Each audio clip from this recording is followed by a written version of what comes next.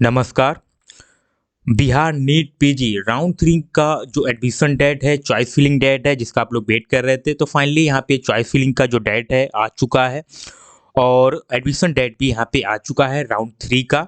साथ ही आप seat resign भी कर सकते हैं, उसका भी यहाँ पे डेट आया हुआ है और ये बीसीसी बोर्ड ने ऑफिशियल नोटिस पब्लिश कर दिया है।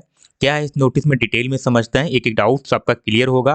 वीडियो को लाइक ज़रूर कीजिएगा और वीडियो को शेयर भी कीजिएगा। सबसे पहले स्टार्ट करते हैं यहाँ पे जो इम्पोर्टेंट डेट्स हैं उसके बाद मैं चर्चा कर लेता हूँ। बात करूँ तो यहाँ पे एमडी, एमएस, पीजीडी, डीएनबी सब लिखा हुआ है। गवर्नमेंट प्राइवेट कॉलेज की बात हो रही है और नोटिस की बात करूँ तो 25 जनवरी यानी कि आज ही ये पब्लिश हुआ है। और काउंसलिंग की बात करूँ तो राउंड 1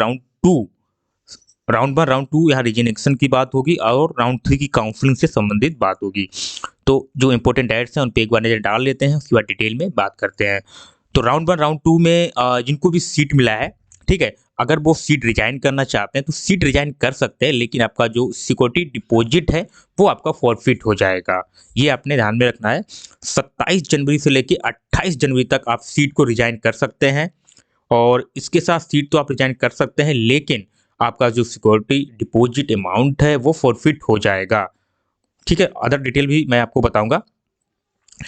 नंबर बी, आप यहाँ पे राउंड 3 की बात हो रही है, तो राउंड 3 में आपका जो सीट मैट्रिक है 29 जनवरी को अपडेटेड सीट मैट्रिक आएगा। हालांकि सीट मैट्रिक ऑलरेडी वेबसाइट पे पड़ा हुआ है, जिसका मैंने सेपरेट वीडियो भी बनाया है, वहां से आप इसको देख सकते हैं।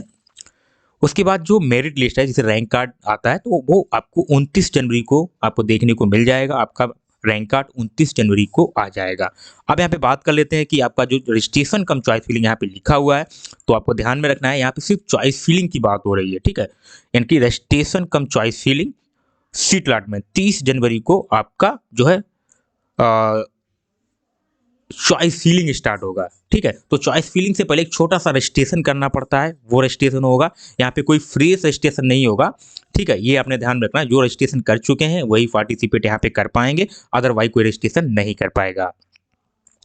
अब यहाँ पे लास्ट डेट है जो रजिस्ट्रेशन का और चॉइस फिलिंग का है ना, रजिस्ट्रेशन कम चॉइस फिलिंग का, ये आपका 31 जनवरी, यानी कि 2 दिन आपको टाइम मिलने वाला है। 30 और 31 2 दिन आपका चॉइस फिलिंग चलने वाला है। उसके बाद आपका जो सीट अलॉटमेंट रिजल्ट है वो आपका 2 फेब को यहाँ पे देखने को मिल जाएगा, यानी 2 फरवरी को आपका सीट अलॉटमेंट आ जाएगा। उसके बाद आप डाउनलोड कर पाएंगे, 2 से लेके 7 के बीच में आप अपना सीट अलॉटमेंट लेटर डाउनलोड कर पाएंगे। उसके बाद डॉक्यूमेंट वेरिफिकेशन और एडमिशन राउंड 3 का 5 फेब से स्टार्ट होगा और 7 फेब तक चलने वाला है, यानी कि 5, 6, 7 3 दिन आपका एडमिशन प्रोसेस चलने वाला है। ये इसमें क्लियर मेंशन है। अब यहाँ पे बात कर लेते क्या इस नोटिस में बोला गया है।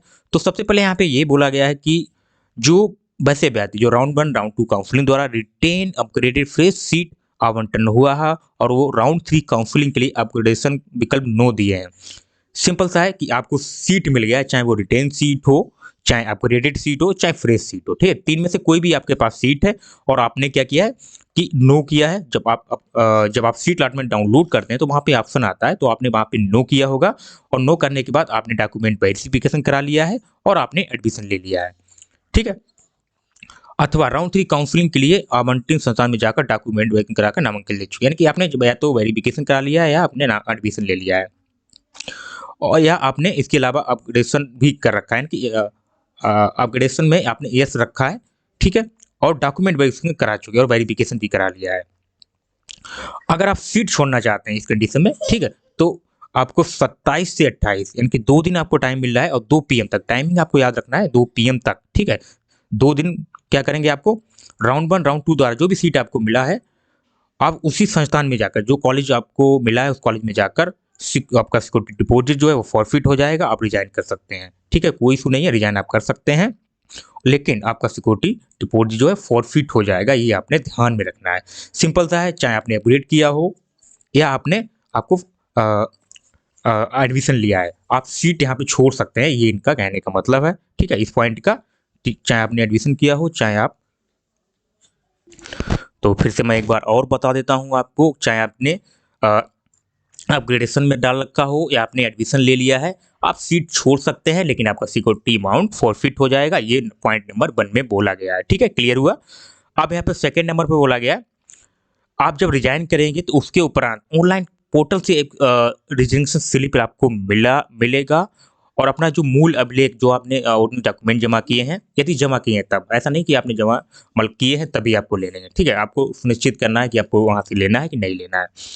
और बोर्ड द्वारा जो पोर्टल से एक स्लिप जनरेट होगा वो आपको प्राप्त करना है, तभी आपका रिजर्वेशन जो है स्वीकार किया जाएगा, माना जाएगा। ये आपने ध्यान में रखना है। जो अभ्यर्थी अब 27-28 में जो रिजाइन करेंगे, ठीक है, तो आपका सिक्योरिटी फॉरफिट तो हो ही जाएगा, ठीक है। और राउंड 3 के तथा आगे की काउंसलिंग के लिए आप पात्रता प्राप्त नहीं होंगे, ये आपने ध्यान में रखना है। अगर आपने ये सीट छोड़ा, ठीक है, तो आपका सिक्योरिटी अमाउंट भी जाएगा और फर्दर राउंड में इसके बाद नेक्स्ट राउंड जो होगा उसमें आप काउंसलिंग में पार्टिसिपेट नहीं कर सकते, ये आपने ध्यान में रखना है। राउंड 3 के बाद यानी कि राउंड 3 में भी तो आप नहीं कर पाइएगा और नेक्स्ट राउंड यानी कि स्टे वैकेंसी राउंड में भी आप पार्टिसिपेट नहीं कर पाइएगा। ये जो नोटिस में लिखा है आप क्लियर समझ सकते हैं।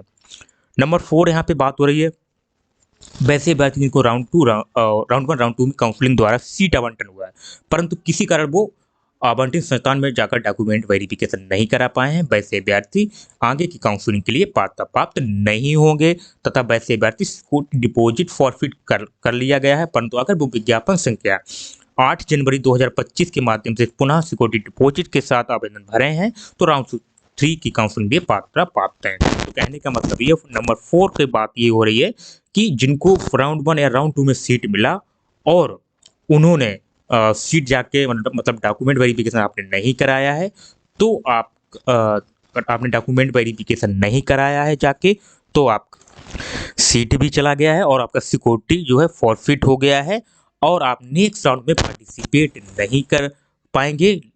अगर आप नेक्स्ट राउंड में पार्टिसिपेट करना चाहते हैं तो आपको फिर से सिक्योरिटी डिपॉजिट जो है जमा करना था राउंड 3 काउंसलिंग के लिए, जो 8 जनवरी को एक नोटिस पब्लिश हुआ था, जिसमें थर्ड राउंड में जो भी कैंडिडेट पार्टिसिपेट कर रहे थे, जो जिनको भी थर्ड राउंड में रजिस्ट्रेशन करना था, तो उसी में आपको सिक्योरिटी अमाउंट भी पे करना था, तब आप एलिजिबल थे, तब आप पार्टिसिपेट कर सकते थे। उनके लिए किनके लिए, जो फर्स्ट राउंड सेकेंड राउंड में जिनको सीट मिला उन्होंने सीट छोड़ दिया था और उनका सिक्योरिटी जो है फॉरफिट हो गया था, उनकी बात हो रही है, जिनका सिक्योरिटी अमाउंट जो है फॉरफिट हो गया था, तो उनको क्या करना था कि थर्ड राउंड में फिर से सिक्योरिटी जो है पे करना था, तब आप एलिजिबल होंगे थर्ड राउंड के लिए।